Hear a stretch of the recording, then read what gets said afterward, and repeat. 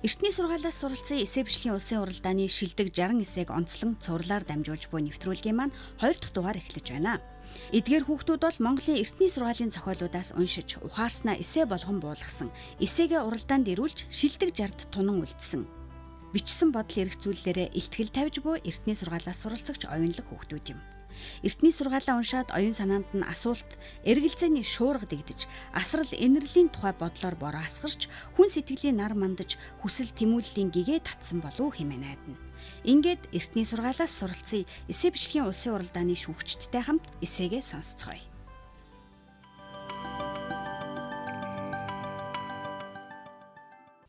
Хүн хүндээ харгас ханддаг нийгэмд хүүхдүүд бид өсөн торнож байна. Бид хэн болох вэ гэж асуусан мөнх болтын эсэ. Ээжүүд маань биднийг хэдэн сар тээж асар их өвдөлтийг төвчин байж энэ хорвоогийн нарыг харах ховтой хүн болгон төрүүлсэн. Гэтэл одоо үед үүнийг номерт хүмүүс олон болсон байна. Хүүхдүүд нь өнгө мөнхөн эцэг эхээ хайж одож, эцэг эх нь хүүхдүүдэд тамлан зовоож бүр хөнөөсөө хэрэгүтж гарсаар л байна. Энэ ёс босромог үйлдэлийн цаана хүн чанар, хүнлэг байх сэтгэл алга болж улс нийтээр ёс суртахууны доголдолд орж сэтгэлгээний ядууралд орсны нэг илэрлээ гэж би бодож байна. Бас би өрөвдөж байна.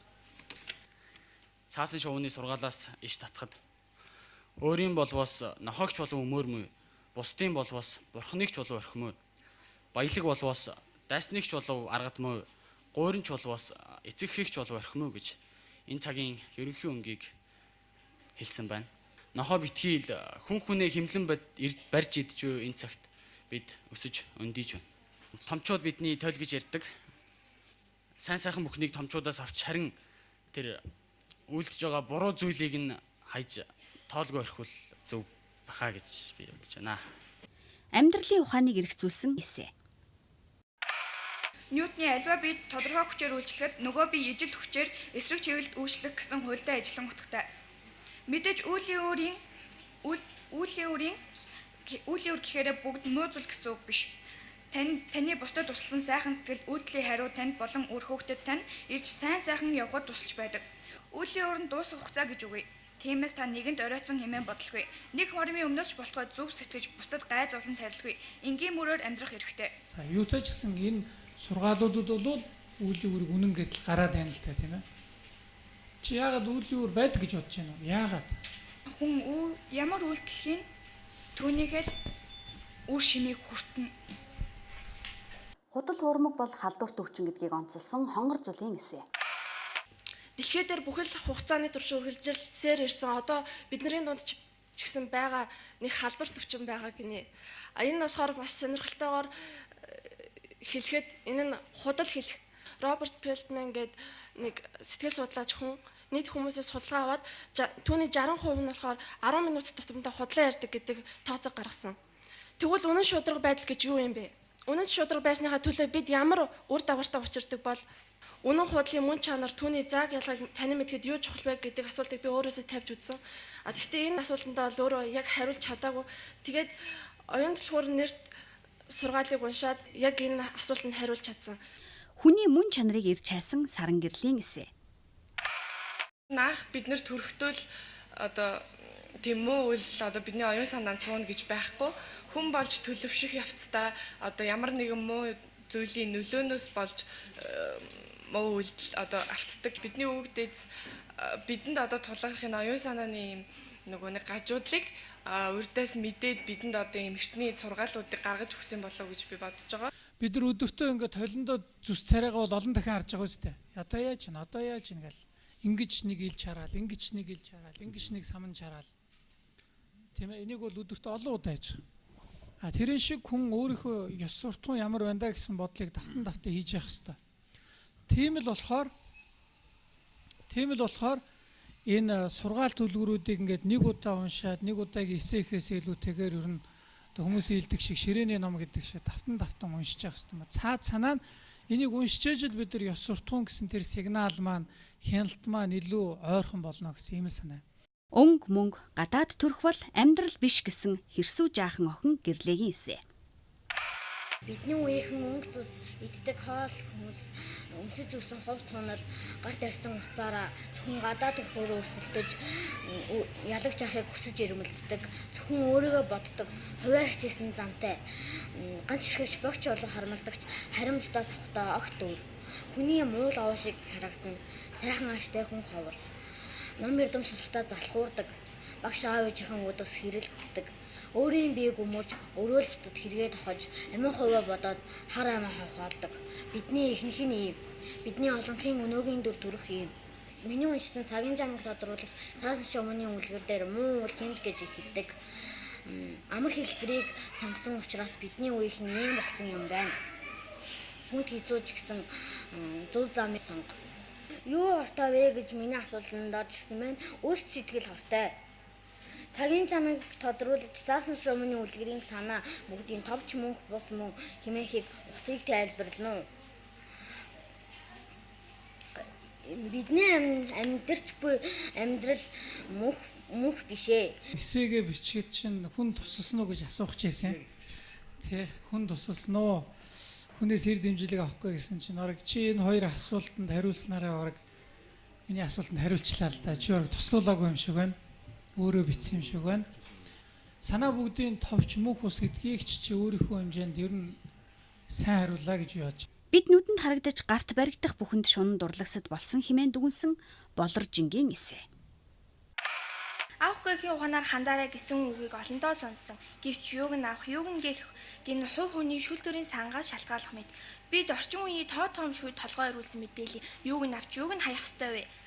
Ямар хүний сайн хүн гэх вэ гэх асуултанд бүх хүүхэд бүрээр өөр өөр. Миний хувьд ч гэсэн өдийн хүртэл бүрхэг байсан. Өөрөөр хэлбэл алдар цуутай олонний танил эрхмүүдийг дуурайх ч юм уу.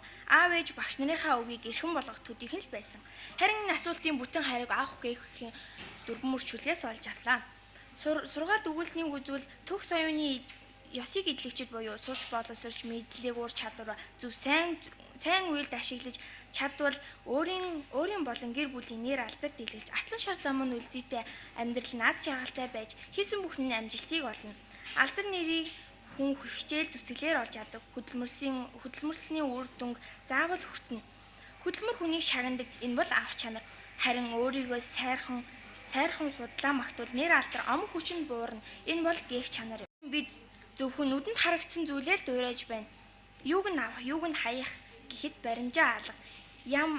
Авах гэхийн ухааны хүн бүр зөв эзэмшиж чадвал өөрийн муу чанарыг гээж өөртөө сайн үйлийг хэвшүүлж чадна. Алсад цэнкэрдэх гурван сайхан аяны хүн тухлах шаргал говийн охин гэж өөрийгөө тодтгосон Мегамар Жавын эсэ.